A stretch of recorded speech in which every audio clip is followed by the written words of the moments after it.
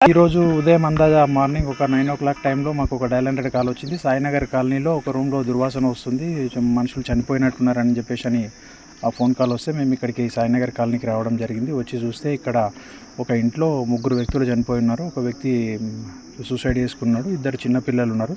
ఆ చనిపోయినటువంటి వ్యక్తి పేరు సుభాష్. ఆయన గారకుర్తికి చెందినటువంటి వ్యక్తి. ఆయన ఆత్మకూరు పిహెచ్సిలో ల్యాబ్లో పనిచేసుకుంటాడు.